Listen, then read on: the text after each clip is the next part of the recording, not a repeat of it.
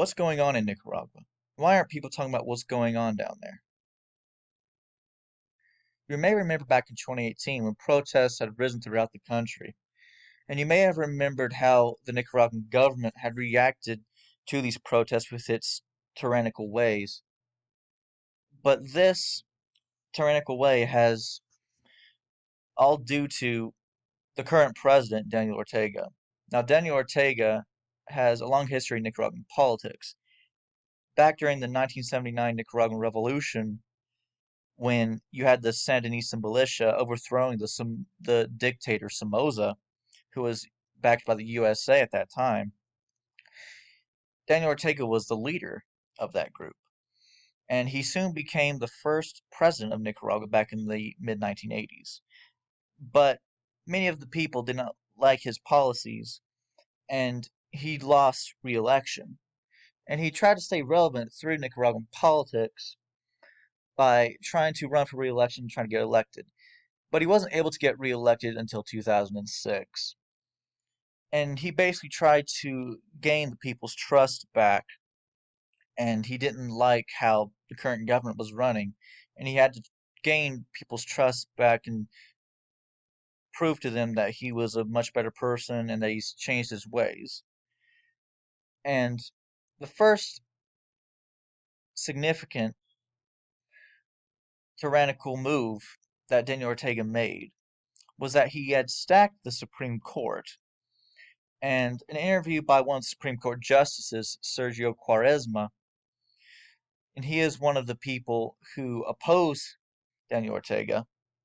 And he said in an interview that him and other Supreme Court justices were not aware of a decision that some Supreme Court justices had made regarding term limits. Now, in the Nicaraguan Constitution, a president can only serve in with 2 terms, kind of like in America. But him and other Supreme Court justices were not aware of this decision by some of the justices that Daniel Ortega had stacked in court. And so they basically scrapped the idea of that he can't run a third term, but now he can. Now, this was unconstitutionally done because he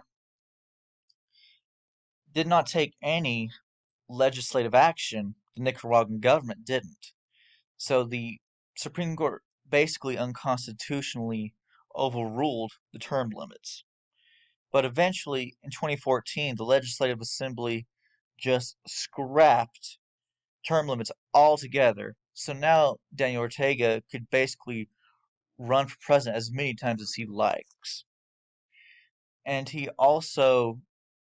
court also, throughout the leadership of the opposition, and many people have saw this move as a move by Daniel Ortega to control the country via one party state. Now, this takes us to 2018, where the protests occurred because of Social Security reforms that were very unpopular with the Nicaraguan public. And thankfully, due to the protests, these reforms did not occur. But his tyrannical ways did not stop there at all. For example, in 2018, you saw land seizures by squatters on private businesses. And many of these businesses were privately owned ranches and places like this, and agricultural businesses as well. And many of these squatters, they would either basically just try to raid it, or they would have armed individuals to try to take over their land. And many business owners see this as a way for Daniel Ortega for taking over the country, because many of these businesses were against Daniel Ortega, and Daniel Ortega did not like how people were opposing him. And so people thought this as well, because many of the cops, while they would originally try to send them away, the cops eventually just gave up and didn't and quit doing their job. And not only this, but the indigenous peoples, their land has been taken over too. But not necessarily by government, but certainly by government permission. You have international companies coming in while the indigenous land was originally protected by the government.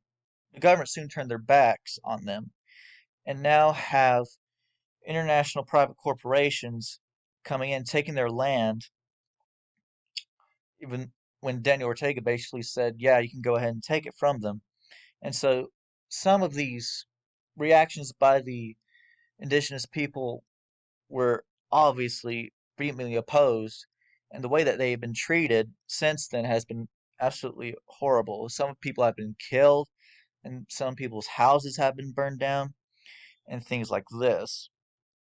Now, back in the city, one of the ways that Daniel Ortega would try to silence the opposition for protesting was that he would hire party loyalists to form militias. So you have the government who had backed the militia that he had formed, and they would basically assist the police and basically shoot protesters and things like this in order to quiet the opposition.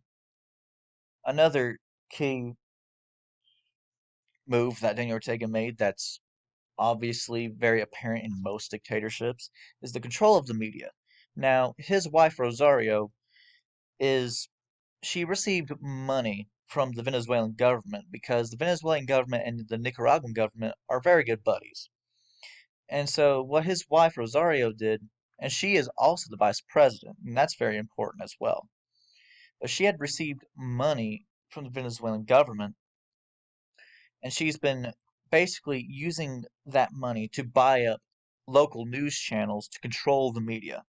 And some of their own children actually control these news organizations and these news channels.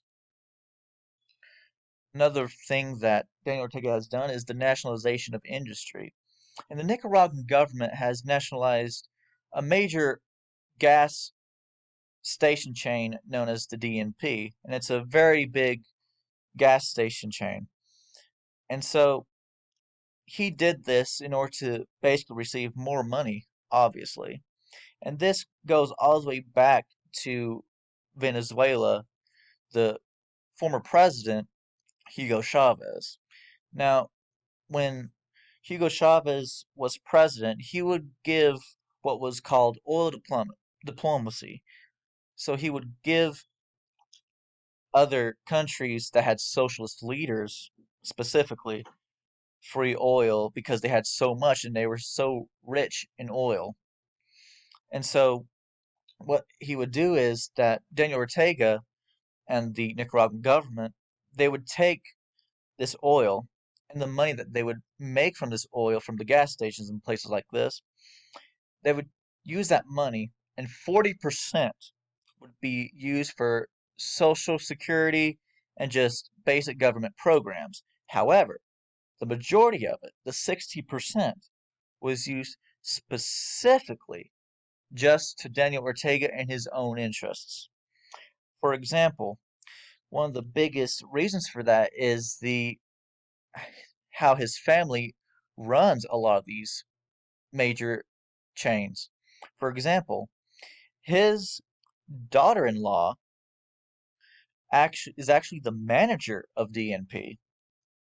So you have his daughter-in-law making all this money, while at the same time the their own government had nationalized the DNP. So his daughter-in-law is fully in favor of this. It's going to her father-in-law, Daniel Ortega, and she's getting all this money for her own interests. And a lot of the ways that they would also receive it through is through a company called Albanesa. Now, Albanesa is a private firm that is one of the methods to transfer this type of money because the US government saw the corruption that they were doing down in Nicaragua, and so they decided to put sanctions on some of the people, not businesses, but some of the people because they were doing all this corruption and things like this. And another family member actually is his own son, Rafael, Daniel Ortega's son, Rafael, and he is the owner of Albanesa. And so he is actually the husband of his daughter-in-law. And so you have these companies that his own family, that he's basically just getting rich off the entire country by just sheer corruption and things like this.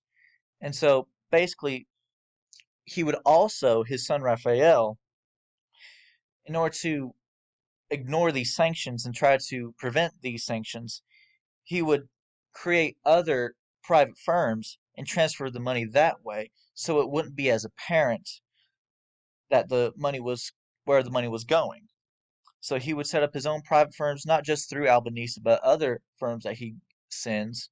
And he would also sometimes send it through private banks to make it not so obvious.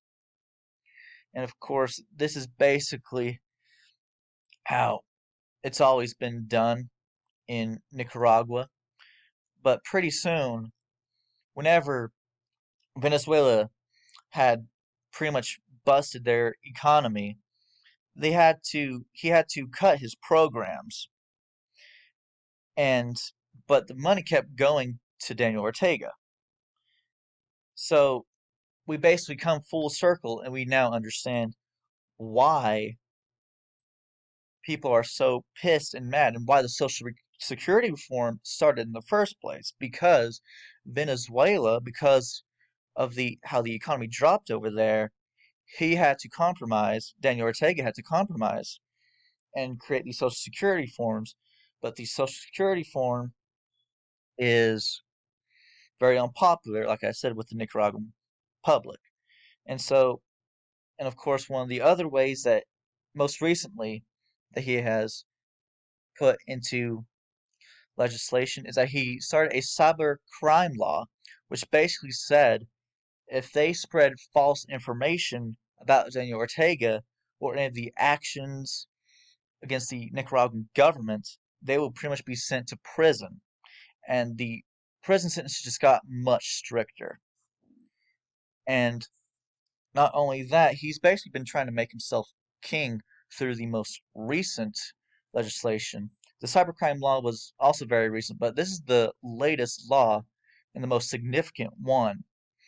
And this law that he has passed basically said Daniel Ortega can basically create a one party election if he cites the opposition as a terrorist and cites him as a threat to the country.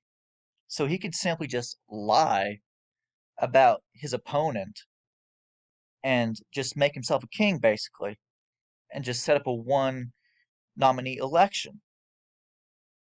So all of these things have been bubbling up ever since he got back into office in 2006.